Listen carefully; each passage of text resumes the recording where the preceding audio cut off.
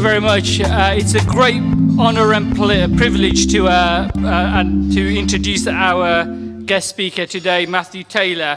Matthew Taylor is the Chief Executive of the Royal Society for the Encouragement of Arts, Manufacturing and Commerce. He's an eminent thinker of his time, and before he became the Chief Executive of the RSA, he was the Chief Advisor on Political Strategy to the Prime Minister, and has a long and distinguished career in the Labour Party, being a county councillor, parliamentary candidate, University Research Fellow and Director of a unit monitoring policy in the Health Service. I understand he was once monitoring John Charlton when he was very active in the Health Service. However, he has indeed removed himself from the political field, saying that the notion of left and right is no longer helpful. So instead, he was more interested in the left and the right brain instead of the left and the right of politics. Unfortunately, Guido Fawkes, a conservative blog, forgot to understand that when they accused the RSA of being a left-wing think tank and referred to him as being an extension of the political classes.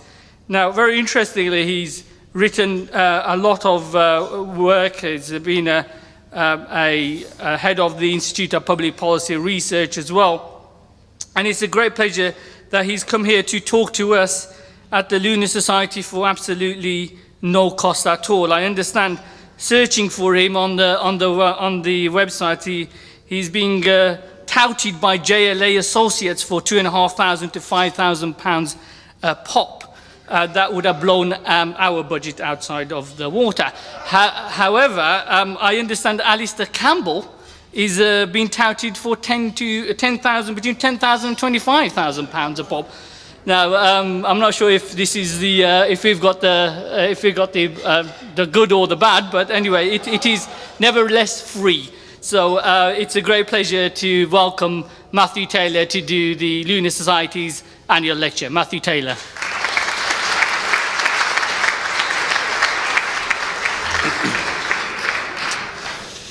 Lord Mayor, Lady Mayoress, Chair of the Society. Well, no, you're not paying me a penny. I've never been booked by JLA. I would have taken 250 quid, to be honest. Actually, what's more embarrassing than Alistair Campbell getting a lot more than me is that my old man does public speaking as well, and he gets a lot more than me as well, which is because he's a lot better than me. My father is a kind of, he's in his 70s now, but he was the archetype he was used for the history man as a kind of archetype of louche 70s left-wing sociologists. And actually, it's true, everything that you've heard about people like that. The good thing about my father reaching his 70s is that when I go and speak at conferences amongst academics, women of a certain age would often come up to me and they'd say, I know your father. And I'd smile politely. And they'd look me really right in the eye and they'd say, no, they'd say, I really know your father. So let me just get some water. I'm talking to you about some rather abstract concepts tonight, but I feel you can cope with abstraction and innovation, given that you had on your menu tonight bacon soup with no bacon, and prawns in a chicken. Anyway, it's a completely new concept on me. I'm glad I've got something new to take back to the south. I also ought to apologise for the fact that I'm not dressed properly. People often ask why I didn't go into politics, and actually I can really describe the moment when I realised I wasn't cut out for politics. I was a county councillor in Warwickshire in the 1980s, and we were considering the possibility of a school closure. Well, actually, we're going to get rid of the 11 plus in Stratford, and we went to a public meeting, hundreds of parents, enraged at the Labour Party's proposals in Warwickshire. And anyway, at the end, one gentleman came up to me and he said to me, he said, it's absolutely outrageous. And I said, well, what's outrageous? He said, well, you. He said, what you're wearing. Because I was just wearing a jacket. I wasn't wearing a jacket and trousers. I wasn't wearing a suit or a tie. He said, it's absolutely appalling. And I said, look, I said, I'm just wearing ordinary clothes. I said, I'm just an ordinary person. Yes, he said, I'm rather afraid you are. And I realised at that moment that I just wasn't cut out, really, for public office. It's fantastic to be here from the RSA, to be here at the Lunar Society, or the upstart Lunar Society as we refer to it, as the Lunar Society was created 11 years after the RSA, back in the 18th century. There are also links between the RSA and Birmingham. One of the things I found out doing the 10 minutes research I did for this speech, well, actually the 10 minutes research that I got an intern to do for this speech, he hadn't actually ever heard, he's from America, he hadn't actually heard of Birmingham, so that was not a good start. Anyway, he thought it was in Alabama. Anyway, he found out that the RSA was the originating organisation for the Great Exhibition in the 19th century, and all the glass and metal for the Crystal Palace was built in Birmingham. Some people claim it's the biggest non-military order ever placed, biggest civil order ever placed, and it was all turned around in about 8 weeks, apparently. So if it wasn't for Birmingham, then the RSA, one of the RSA's greatest historic achievements, which is the Great Exhibition, the Crystal Palace, wouldn't have occurred. Thank you. Now, what I'm going to talk to you about tonight in my remaining time is I'm going to talk to you about the Enlightenment very briefly, so I'll be talking to you about philosophy for a while. Then when you're about to lose hope, I'm going to move on to talking a bit more about society and about organisations, and I'm going to end up very impertinently, but I am speaking for free, talking a bit about Birmingham, or what I would do to apply my ideas to Birmingham. I should say I do have Birmingham roots, or Birmingham background. I lived in a very picturesque part of Birmingham for a while, Hockley under flyover, as we used to call it. I bought a maisonette in Hockley in 1981, which is the only property in Britain that hasn't actually gone up in value in the last 32 years. And I'm a West Brom fan, so I'm often here for the Albion. I would tell you a few Albion jokes, but I don't think we passed the watershed, but maybe we'll save those for Q&A. Anyway, the Lunar Society, the original Lunar Society, before you took your 175-year sabbatical and recreated yourselves, whilst we struggled on at the RSA. The original Lunar Society and the RSA are both Enlightenment organisations. And so I just want to start off by saying something about that concept of the Enlightenment, what the Enlightenment was about. Because the RSA's modern strapline is 21st century Enlightenment. So I thought I might explain to you for a while why it is we applied that idea of 21st century to the Enlightenment. Wasn't the original Enlightenment good enough? Now, if you look at the Enlightenment, there are really, and I generalise appallingly at this stage. In fact, my entire speech is full of huge generalisations, but as I always say, don't knock generalisations, they are more important than sex. And if you doubt that, ask yourself, when was the last time you went a week without a generalisation? So the core concepts of the Enlightenment, 3 core concepts of the Enlightenment, and those concepts, philosophers will refer to them as autonomy, universalism and humanism. And in ordinary language, what we mean by those concepts, I think, is freedom, fairness and progress. So let me explain more. So the Enlightenment was the point in terms of freedom, where the idea that people should be authors of their own destiny started to become one which people could talk about and which started to spread into popular culture, only of course starting with the elite of society. But that idea that it wasn't really, human beings' destiny was not written for them by the gods, by fate, but actually human beings could be masters and mistresses, well, masters at that stage of course, of their own destiny. That's the first big idea of the Enlightenment. The second big idea is this notion of universalism, of fairness, the idea that all human beings have some basic rights. Now, of course, again, back in the Enlightenment, we're talking about white men, and we're talking about white men in certain parts of the world. But nevertheless, the idea starts to grow up. Of course, it's given a massive acceleration in the French Revolution, but the idea of some kind of universal dignity, universal framework of rights that apply to human beings. So a massively radical idea. And the third idea is the idea of progress, and that too is the idea that the world can become a better place. Before the Enlightenment, generally speaking, people thought of time as being cyclical. They didn't really think of progress, of human progress. The world just went round and round, and you were caught in a kind of fatalistic cycle. And then suddenly people said, no, there can be progress. So those 3 ideas, freedom, fairness, and progress, or autonomy, universalism, and humanism, those are the core ideas of the Enlightenment. Now, This is a longer argument, and I'm covering a lot of ground tonight. But in essence, what we argue at the RSA is that somehow over the last 100 years, and particularly possibly in the last 30 or so, we have narrowed those ideas. We've lost the true meaning of what those concepts should be. And I think that one of the insights that we can draw on here is the new science of the brain and of behavior, neuroscience and behavioral sciences. Because in that original Enlightenment, the philosophers, the thinkers who developed those concepts, they really they stood on the shoulders of the scientists before them, Galileo, Copernicus, Newton, people who had explained that the physical world was not as was written in religious books. It might have felt as though the sun went round the earth, but that isn't actually how things were. So the scientists were the first ones to start to chip away at traditional knowledge, and then on their shoulders come philosophers with radical ideas.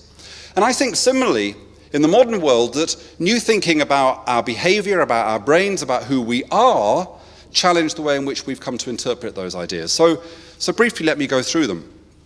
Take first of all this notion of freedom. I would argue that freedom has become in many ways too narrow. We came to associate freedom simply with the idea of getting what you want, of individuals getting what they want. Sort of a kind of consumerist idea that the customer is always right, that freedom is just your chance to make as much as you can, to consume as much as you can, to have as many choices as you can. Now the problem is that the more we find out about human beings, aided by science, we realize that it turns out we're not terribly rational after all. Let's face it, the entire global economy was based on this idea of our rationality before the credit crunch. And that didn't turn out, that idea of entirely rational beings in the marketplace didn't turn out too well. So it turns out we're not people who, if we just choose all the time, necessarily make the right kinds of choices. I often say to people, I've read lots of books on happiness. Would you like to know the secret to happiness? I can summarize it all in one sentence if you'd like me to. It's quite surprising. If you want to be happy for a year, buy a car. If you want to be happy for a decade, get married. And if you want to be happy for the whole of your life, get a garden. That's basically what the research shows. So it's kind of slightly counterintuitive. There are other things that are very interesting which challenge this idea that freedom is merely the right to choose and to have whatever you want. Who in the room would like to be a better... I love when I ask this. Who in the room would like to be a better person? Just two of you. Okay, that's good. I'm just going to assume those are the only two who are telling the truth. But if you would like to be a better person, I can give you, again, based on huge amounts of research, I can give you critical insight here. Don't read self-help books. They don't work. There's no evidence at all that self-help books work at all. You read the first two chapters, you never read the rest of them, they just make you feel miserable and worse about yourself, and you go back to the habits you had before. If you want to become a better person, it's incredibly simple. The evidence is very clear, just choose better friends. It's true. If you want to give up smoking, choose non-smoking friends. If you want to lose weight, choose thinner friends. Why does religion work? I'm not going to comment on whether or not there's a God. That's a different lecture. I do charge $2,500 for that. But why does religion work? Religion works. Most people who are religious are a little bit happier and a little bit nicer than other people, and that's because they spend their time with other people talking about how it is they can try to make the world a better place. So it turns out that just choosing what we want all the time isn't really the path to happiness or becoming a better people. So that's the first idea. What about empathy? What about fairness? What about that second idea? Well, our argument at the RSA is that we talk a lot about what is fair, what rights should we all have, what entitlements should we have, how should we redistribute money. We talk about the kind of technique of fairness. What we don't talk about is the emotional basis of fairness. And the emotional basis of fairness is empathy, is our capacity to get on with people who are different to ourselves. And so if we want a fair world, we have to talk about that, because one of the characteristics of the world is it's shrinking all the time. And we as a race spent the first 99% of our existence only knowing people just like ourselves, and now suddenly we live in a world where we have to know and enjoy knowing people who are radically different to ourselves. I would argue that if you wanted to pick one capacity for young people to have in the 21st century that will make them thrive, I would say it's the capacity for empathy, the capacity to realize that because people are different to yourself doesn't mean that they're threatening or doesn't mean that they are wrong. So when we talk about fairness, universalism, let's not talk about the nuts and bolts, let's also talk about the emotion behind it. And then finally, progress. Now, this is a very interesting thing. So the Enlightenment philosophers said that human beings we can drive progress, we can have a better future. But one of the things that the Enlightenment set in train is it set in train the three great forces that have created the modern world: science, markets, and bureaucracy. And the thing about science and markets and bureaucracy, I've not been disparaging about bureaucracy, we wouldn't be here without bureaucracy, but the thing about all those three things is they don't really create a space to talk about ethics. So scientists discover the next thing that needs to be discovered. Markets sell whatever people want to buy, and bureaucracies are obsessed with rules rather than obsessed with what the purpose of things are. They become obsessed with what Weber calls substantive rationality, not absolute rationality, with procedural rationality, not substantive rationality. So the thing about bureaucracy and about markets and about science is they don't create spaces for us to have a rich conversation about what is a better future. And so I think as a society we lack the space to talk about, in an ethical terms, what we think a better future is. Because it isn't simply going to be the latest scientific discovery or the latest consumer device or the latest government regulation, surprise, surprise.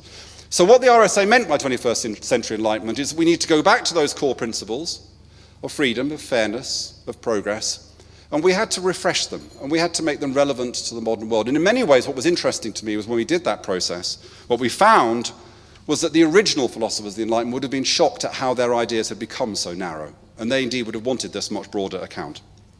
Now, I'm kind of only a third of the way through my ideas, and I'm about 2/3 of the way through my speech, and about 7/8 of my way through your patience. So I'm going to talk even faster. It probably wouldn't be possible that I would be talking even faster, but if I talk fast enough, you won't be... You know, Woody Allen once said that he did a speed reading. He said, I've done a speed reading course, I read War and Peace in 3 hours. He said, it's about Russia. You probably won't be able to remember anything that I've said in 20 minutes, but that's just as well. Now, the second idea, so that's kind of philosophy. That's the kind of theory. I want to be a little tiny bit more practical now. As people have said to me before, you're fine in theory, Matthew, you're no good in practice. Like the England football team, fine in theory, but not very good on grass. So the second idea is very similar to this, but it comes from sociology, it comes from anthropology. And the argument here, and you'll hear echoes, and this is why I became interested in these ideas, what this school of thought argues is that in the end, when we think about change in society, and when we think about how it is we make things happen, there are basically four ways of thinking about change. And they're similar to the ones I've just described. So the first way of thinking about change is hierarchy. That's to do with leadership, strategy, planning, authority, all that kind of stuff. You know what I mean. The second way of thinking about change is solidarity, that's shared values, community, tribe, being part of a tribe, a sense of responsibility, all that kind of stuff. And the third way of thinking about change is individualism, which is the idea that it's about risk, about enterprise, about acquisitiveness, all those kinds of things. And the fourth way of thinking about change, which is fatalism, which means it's not going to happen. If it does happen, it'll be bad for me. Now, this theory argues, and you have to go away and think about this. You won't believe we sat sitting thinking, we're just making this up. But if you go away and if you think about it, it is true. When you think about complex arguments, you will always hear these different perspectives at play. So you've talked in the Lunar Society in the past about climate change. So when you talk about climate change, there's one group of people, the hierarchical view of climate change is that it needs to be solved by all the scientists and all the politicians getting together and signing a big treaty. And that's the way we'll solve it. We need a big plan, and that's the way to change things. The individualistic way of talking about climate change is probably to think it's exaggerated, but then to say it'll be solved by markets. It'll be solved by technology. It'll be solved by human ingenuity. The greatest individualistic expression of this is the Stone Age didn't end because we ran out of stone. So individualists say we'll solve climate change in the same way as we've solved other problems. The solidaristic view of climate change is that it's basically a punishment for our ills, for our human evil. You know, we should stop flying, stop eating meat, live in tents, grow beards, all that kind of stuff. And the fatalistic view of climate change is that we're doomed, basically. Either it's all made up or we're doomed. Now, when you talk about climate change, if you do, you will always hear those different voices in the rooms. You'll say there's the people we need to change our lifestyle, the people who say, well, we new inventions, and people who say, no, we need the politicians, the scientists to form a treaty. Now, the point about this theory is that if you really want change to happen, if you're in a situation where you need change to happen, just like Birmingham needs change to happen, for reasons that I'll describe when I'm talking even faster in about 3 minutes' time, when you want change to happen, you need to combine All of the three active ways of thinking about change. You need to combine individualism because it's dynamic and it's creative and it's powerful. You need hierarchy because it's strategic and it provides leadership and order. And you need solidarity because that's our values, that's our heart, that's our sense of belonging, our sense of responsibility. But it's always difficult to do because they're always at war with each other. These ways of thinking about the world are always slightly at war with each other, and very rarely do they combine. And when they do combine, it's amazing. So I've talked about this theory for many years, and people said it was all baloney. And then the Olympics came along and proved that I was right all along. So the Olympics is a classic example of what happens. You remember the Olympics, people who didn't care about sport suddenly became enthusiastic about weird things like horses walking sideways. And kind of unpatriotic left-wing people like me had Union Jack underpants and all that kind of. We all got moved. Why were we so moved? I would argue it's because, for once, the people in charge got it all right. You know, everything worked. The buildings were on time, the transport worked, everything worked. It wasn't like HS2 going on for years and years and everyone arguing, but we just had to bloody do it. Right? Secondly, individualism. It was about those individual performances. Jessica Ennis and Mo Farah, and wasn't that fantastic? But then what did we love most about the Olympics? Actually, the volunteers. The sense we were all in it together, that kind of mood of national excitement. So that's why the Olympics felt amazing. I mean, they cost about £9,000 billion, and we can't do it all the time, I know, but it was an amazing time. So the point is this: if you want to maximize the power that you've got to change the world, you have to combine these three ways of looking at things, but it's incredibly hard to do. And most of the time we don't do it. So public sector organizations, for example, good at hierarchy, not bad at solidarity, rubbish at individualism, generally speaking. They are not public sector organizations, generally speaking, places that encourage risk and enterprise. Businesses, pretty good at individualism, pretty good at hierarchy, not very good at solidarity, not very good at that kind of sense of social responsibility and belonging, which is why it's always, inventing ridiculous mission statements that everyone laughs at behind their backs.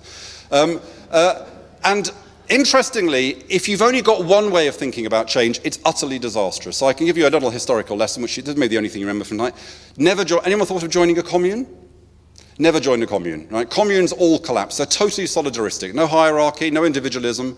And so within 2 weeks, they've fallen apart because no one can agree who's going to do the washing up. There's been lots of historical studies of communes. They do not work, okay? Because they've only got one form of power, solidarity. What happens is that hierarchical individualistic tendencies come along and smash the whole thing up. You would never give power to an entirely individualistic organisation. An organisation with no hierarchical oversight and no sense of social responsibility. You would know that was a mad organisation. Don't go anywhere near it. Unfortunately, that is the banks before the credit crunch. So you can see what happens. So my social theory, which kind of echoes my theory about the Enlightenment, is that we have to combine the best bits of individualism, because individualism's got good sides and bad sides, the best bits of hierarchy, because it's good sides and bad sides, the best bits of solidarity, because it's got good sides and bad sides, in order to make change happen, but that it's really difficult to do. And I think if you look in history, you can see that those times when countries or places became really powerful, it was because they did combine those three things. For that rare moment, they all held together in tension. So if you look at the Dutch Golden Age in the 17th century, for example, it's a fantastic example. The emergence of a new merchant class, of science, but also a place with strong religious conviction, bound together by its fear of the Spanish or the fear of the oceans overwhelming the country.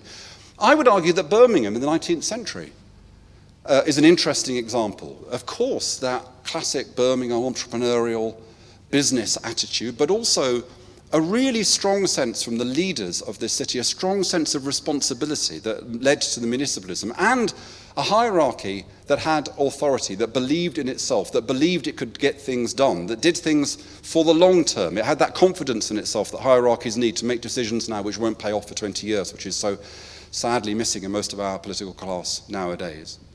So I want to end, and those are the most popular words of any speech, I want to end by taking those ideas and thinking about, if I was thinking about what Birmingham needs to do right now, which is rather presumptuous of me, but I wouldn't mind if that house did go up by like just a few £100 in value. What would I do taking that way of thinking on board? So we know that Birmingham has lots of challenges. We know that it's got a low employment rate. We know that educational attainment in the city, although it's improving, is not improving fast enough because the rest of the world is improving even faster. We know that the council faces these incredibly deep... By the way, I think it's slightly foolhardy when you've got a council facing the deepest cuts in history to have the opportunity for people to get blind drunk the second they leave the building. I think that could go badly wrong. So we know about the challenges, but it seems to me that the opportunity that exists here is pretty obvious, actually. The opportunity that exists, it exists because Birmingham is the youngest city in Europe. And it's also got this incredible history of enterprise. And I think that in that surely lies the opportunity for the city.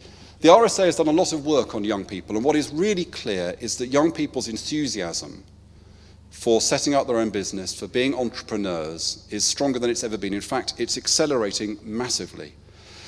So young people want to be entrepreneurs. There is an explosion of new forms of enterprise, explosion of micro-enterprise taking place, for example. Not many people talk about it, but incredibly significant, facilitated by things like eBay and Etsy.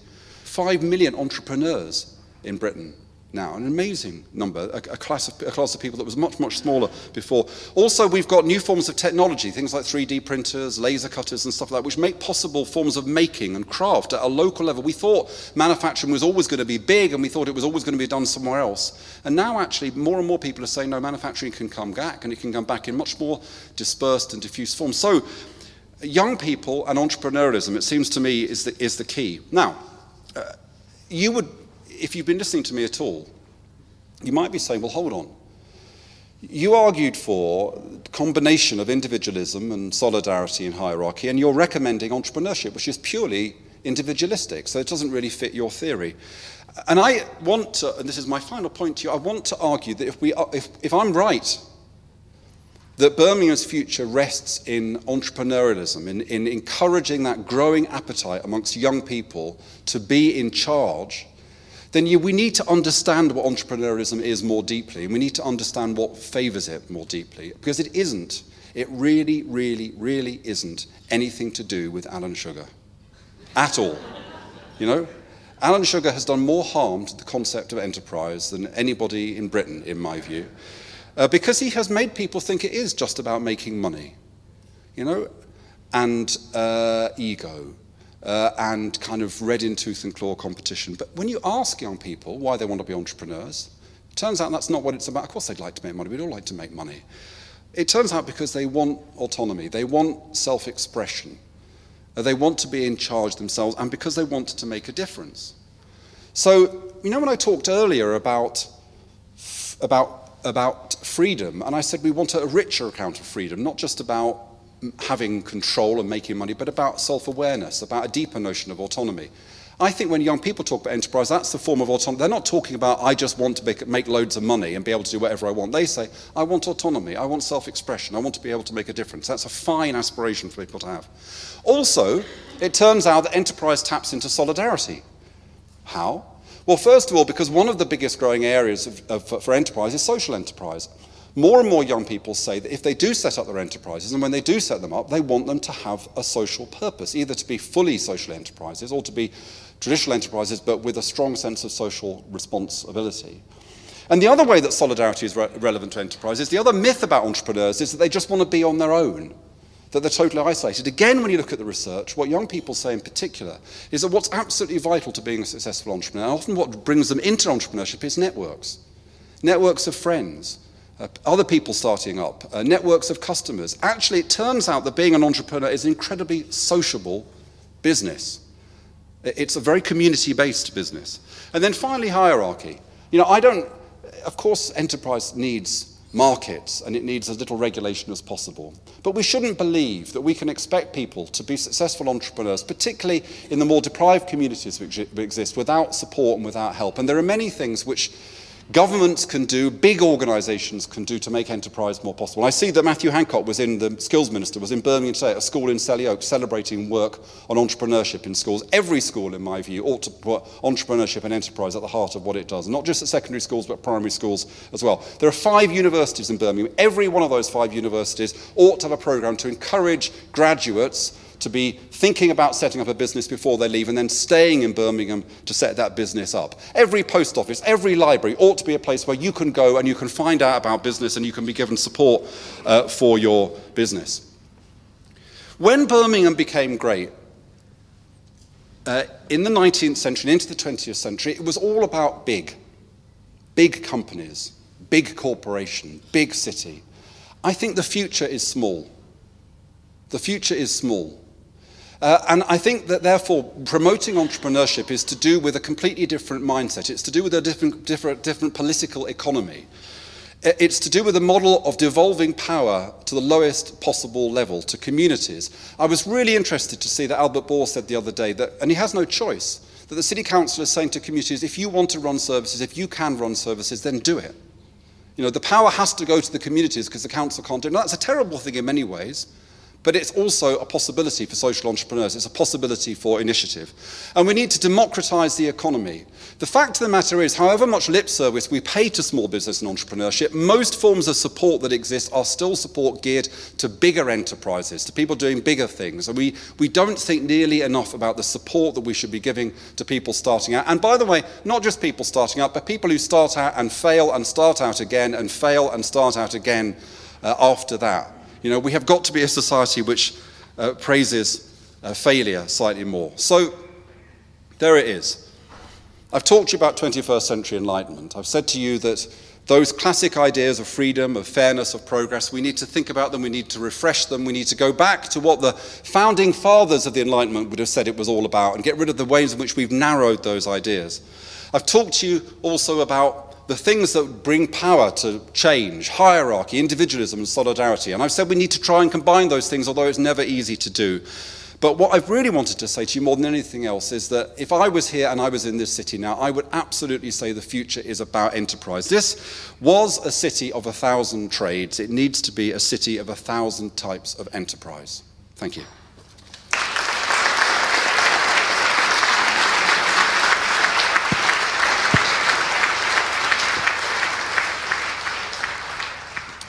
Okay, so the question is it feasible to think in these terms in a neoliberal economy which favours power to big business? Well, actually, I think the evidence is...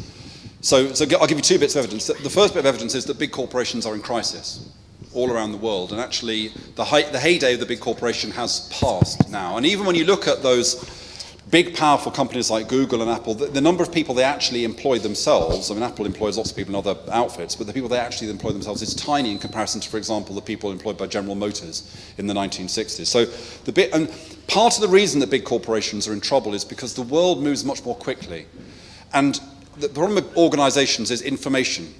And the bigger the organization, the longer it takes for information to move across the organization. So organizations in a fast-moving world are at a systematic disadvantage. You know, in my speech I talked about hierarchy, individualism, solidarity. What happens in the world is that, what happens in history is that certain times favour certain ways of, certain forms of authority. And it used to be that hierarchies were very strong in the 60s and the 70s, you know, big government, big companies, and that has passed. And one of the interesting reasons it's passed is technology, because technology 30 years ago favoured big organisations because they're the only people who could afford computers. Now we've got more computing power in our pockets than we're allowed to use at work, which is why is so many big organisations face reputational problems and efficiency problems and productivity problems. So I think this is, you know, where the future is. The future is going small, it's going dispersed because of this information issue.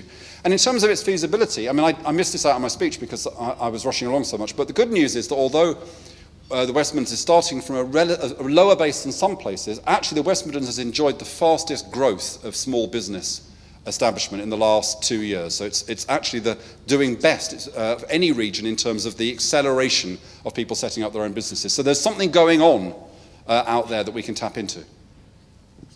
Thank you, Matthew. I knew we invited the Lord Mayor for a reason. He is a technical man as well today. So, sir. Hi, Asif Ahmed, Pro Vice Chancellor Health at Aston University. Thank you very much for that fantastic talk.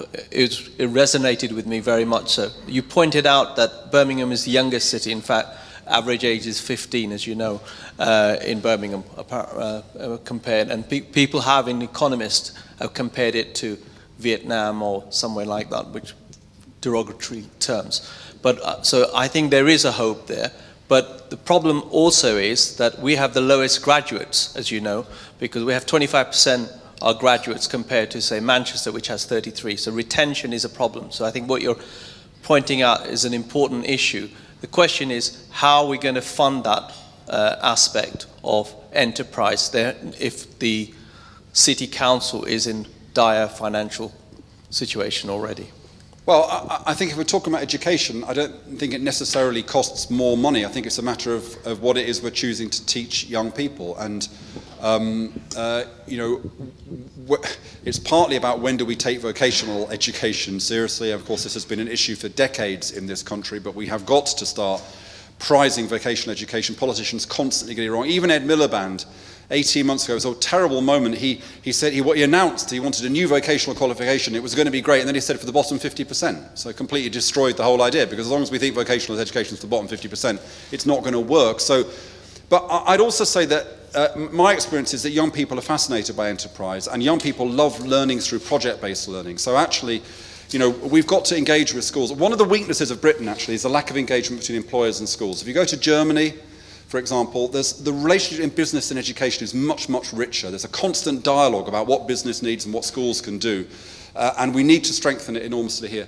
And in terms of universities, I mean, it's very interesting, that graduate rate. I did talk a speech in Southampton recently, and they bemoaned the fact that in Southampton, 30% of graduates stay in Southampton. In Bristol, 60% of graduates stay in Bristol. So I don't know how it is one affects that. Maybe it's to do with whether or not places are kind of feel they're bohemian or whatever it is. But I do think universities could do a lot more, and there is stuff going on, a lot more with graduates before they complete their degrees, to say to them, have you thought about starting up an enterprise, and providing them with forms of support to do that. Because one of the ways in which you keep people in the city is that they've decided there's a greater business opportunity. And Birmingham is, let's face it, I mean, Birmingham is a great place to do business. Anybody else have any questions? The other thing we should do, by the way, is when it comes to the public sector, even in these hard times, we need to use whatever we can, public resources, to facilitate social enterprise and innovation in the public sector. When money is less, we shouldn't just kind of hunker down in the bureaucracy. We have to try to say, whoever out there, as Albert Board did, whoever out there has got an idea, let's try and support that idea. Thank you. Clive has got a question, if you can get the microphone to him. Thank you for that contribution, Matthew.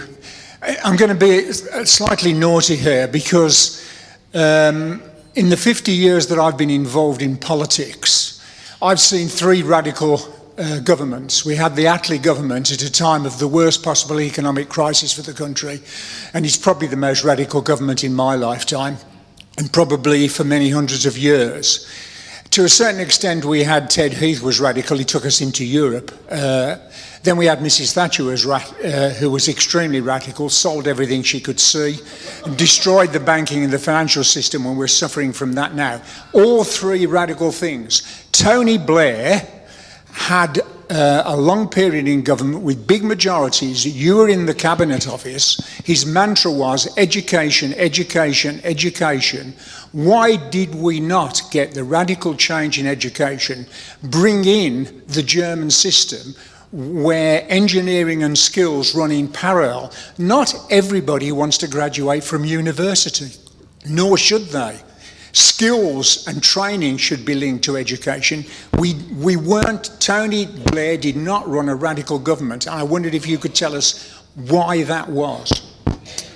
Well, I think it's a fair criticism. I think that what Labour felt it was doing to promote meritocracy was expanding higher education, and that was the big project. And I think it's a flawed project for the reasons that you say. And actually, it didn't really work, because what really happened in higher education was that we got to the point of middle class saturation. We didn't actually do that much to get working class people into higher education. We just got to the point where, you know, if you could kind of chew gum and tie your own shoelaces and you were middle class, you got university place. So it wasn't a terribly successful social experiment. I think also he ran scared, to be honest, of a media dominated by, as we see with Michael Gove, dominated by people obsessed with universities and with academic education. And Mike Tomlinson came up with good ideas which weren't implemented. So I think, on the one hand, Labour thought it was doing its meritocratic thing by expanding higher education, and that was only half of the story. And on the other hand, it's not, Labour lacked the confidence to take on, what is a very, very strong kind of cultural domination in this country of a particular view of education. The Labour Party is part, there's part of that, but you can see this in what Michael Gove, I'm not going to stand here and criticise Michael Gove particularly, although I'd love to at great length, but, he has a particular view of education which resonates with that constituency, and it's all about a traditional academic education, and almost nothing really interesting to say about vocational education. A kind of hostility to the idea that children learn by doing, for example, when actually all the evidence is that children learn much better by doing rather than just by listening.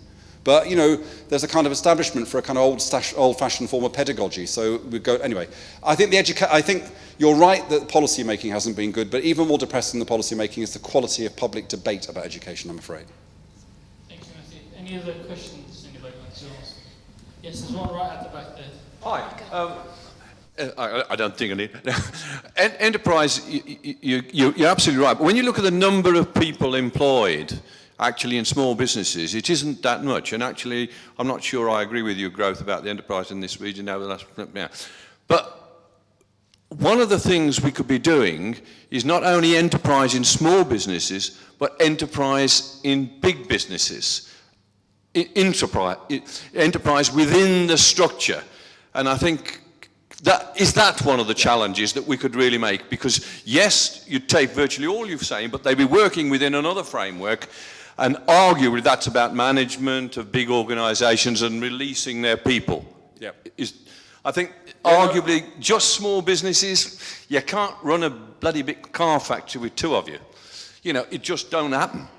I think, right, so the problem with doing a speech rather than writing an article is that you miss a certain amount of nuance, and I think that's a really important part of the story. There are some really interesting new forms of employment emerging. There's a company, for example, in Bournemouth, an engineering company, which is an incredibly radical way. It's an ordinary company, it's an engineering company, but basically people who come in, they're mentored for a while, and they're basically given money, which they then treat as if it's an investment in themselves. And they're told how much everything costs that they use in the company, and there's complete transparency about the money that they make. So it's a company, and you work for the company, but basically it runs itself as a group of people who are self-employed who work within that company. And you're right. Now, so I agree with you that part of this story is about how big organizations become more entrepreneurial, but I wouldn't underestimate how difficult it is. I wouldn't underestimate how big a challenge it is. I saw some shocking statistics. Oh, by the way, ONS statistics say that the rate of small business establishment growth is 13% in the West Midlands, which is the fastest over the last 2 years. But, there's various other statistics. But the shocking statistic I saw from Gallup was that only 20% of employees in Britain feel fully engaged in their work. About 50% feel kind of half engaged, and 30% feel actively disengaged. Now that is a remarkable thing. A third of workers feel actively disengaged. There was another survey that asked people, do you think you've made a contribution to your organisation in the last year? And 60% of people said, I don't really think I've made a contribution to my organisation. And 20% of people said they thought they'd never made a contribution to their organisation. There was another piece I could go on about this stuff for hours. There was another piece of research.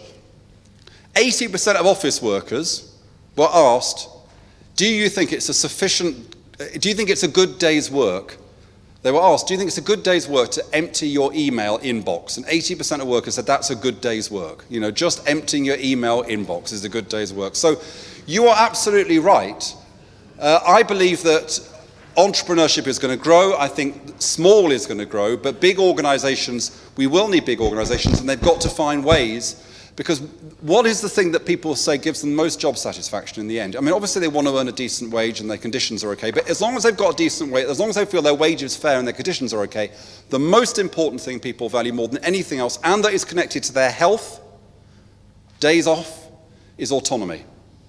If people feel they've got some freedom at work, they take fewer sick days, they enjoy their work more, and they're healthier.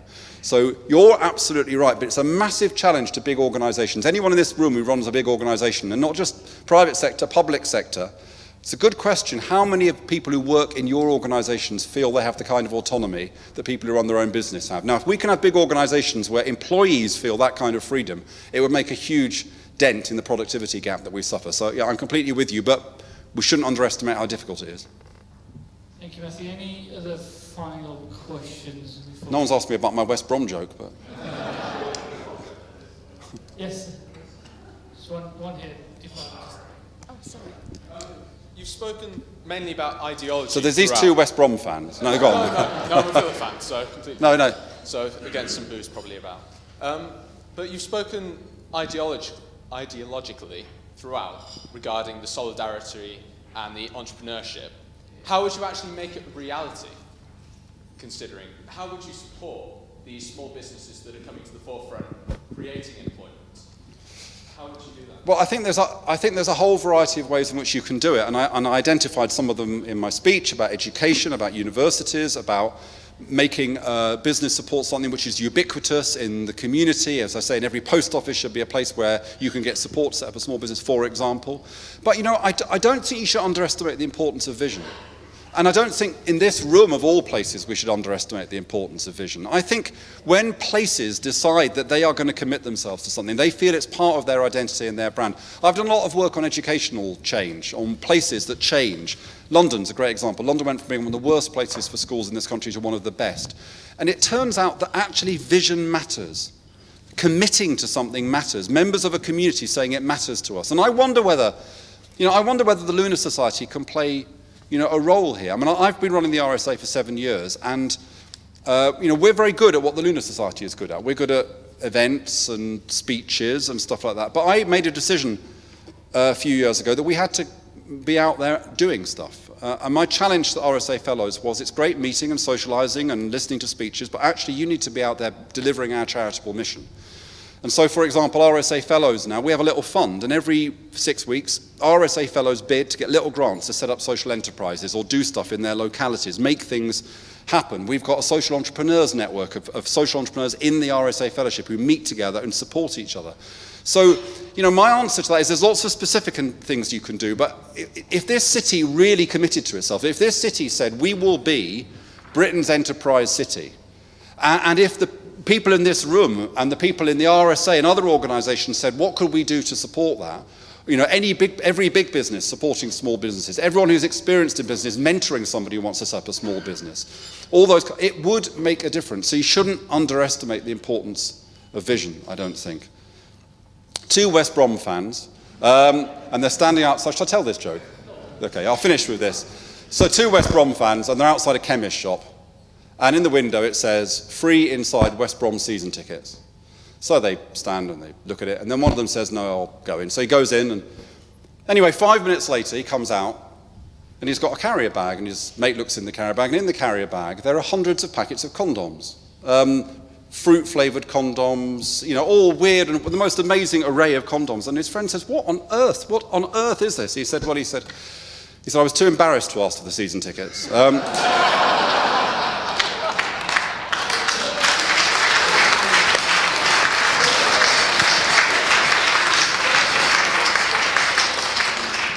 Matthew, thank you very much. I'll try not to make any jokes on sex and drugs and rock and roll. Matthew, great to have you. Thank you very much for setting out what was very clearly a very good speech with a few jokes in as well, which always goes down well. You set down very clearly the 3 main areas of the enlightenment of freedom, fairness and progress, and put those into 21st century concepts, and you very clearly articulated how practically we can implement those abstract concepts of hierarchy, solidarity and individualism.